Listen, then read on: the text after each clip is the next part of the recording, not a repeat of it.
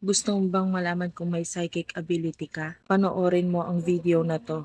Merong katangi-tanging simbolo sa kamay ng tao na makikita para masabi kung may psychic abilidad ang isang tao.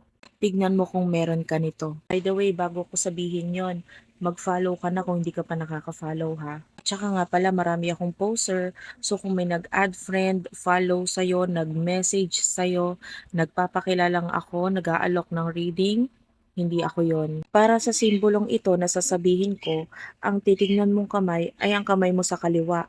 Kung meron ka nitong marka na ito, indikasyon ito na meron kang psychic ability. Ang tawag sa simbolo na ito ay Mystic Cross at matatagpuan ito sa pagitan ng headline at ng heartline.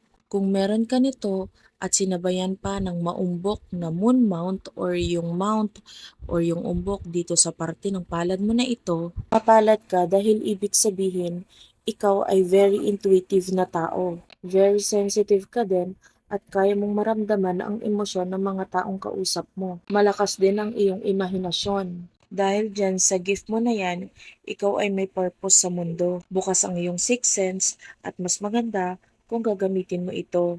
Nandun na yung hilig mo pagdating sa usaping spiritual, katulad ng tarot, astrology, palm reading, etc. Kaya maganda kung ide-develop mo ang gift na ito at pwede mong gamitin yung mga tools na yon para mas ma-develop pa yung kakayahan mo. Kaya mong masense kung may paparating na kapahamakan at kaya mo ring masabi kung ang kaharap mo or ang kausap mo ay dapat bang pagkatiwalaan dahil masisense mo kung nagsasabi ba ito na totoo. May abilidad ka ring makita ang hinaharap at maka-feel ng parang deja vu. Huwag na huwag mong babaliwalain ang mga panaginip mo at yung intuition mo. Pag may nakausap kang tao at parang hindi maganda yung pakiramdam or tingin mo sa kanila, hindi yun pang-judge. Totoo talaga yung nararamdaman mo. Spiritual gift ang tawag dyan, kaya gamitin mo. Usually sa may mga ganito ay talagang mababait na tao. Sila yung tipo ng tao na responsable at makakaasa ka sa kanila. Huwag na huwag mong lolokohin ang mga taong may ganito dahil mapatawad ka man nila pero hindi nila makakalimutan yung mga bagay na ginawa mo. Ang mga taong may mystic cross ay may abilidad din para maging leader dahil nakakatulong yung angking lakas ng pakiramdam nila para makapag-lead. Yung mga tao nga lang na may ganito ay talagang susubukin ng panahon. Dahil nga kasi may purpose sila, kaya ipaparanas sa kanila yung mga bagay na makakatulong para magampanan nila yung purpose nila. Mas malakas ito kung parehong kanan at kaliwa ang meron. Kung meron ka nito, indikasyon nito ng prosperity, fame at saka success para sa'yo. Huwag ka nga lang maiinip kasi sabi ko nga 'di ba, pwedeng subukin ka muna.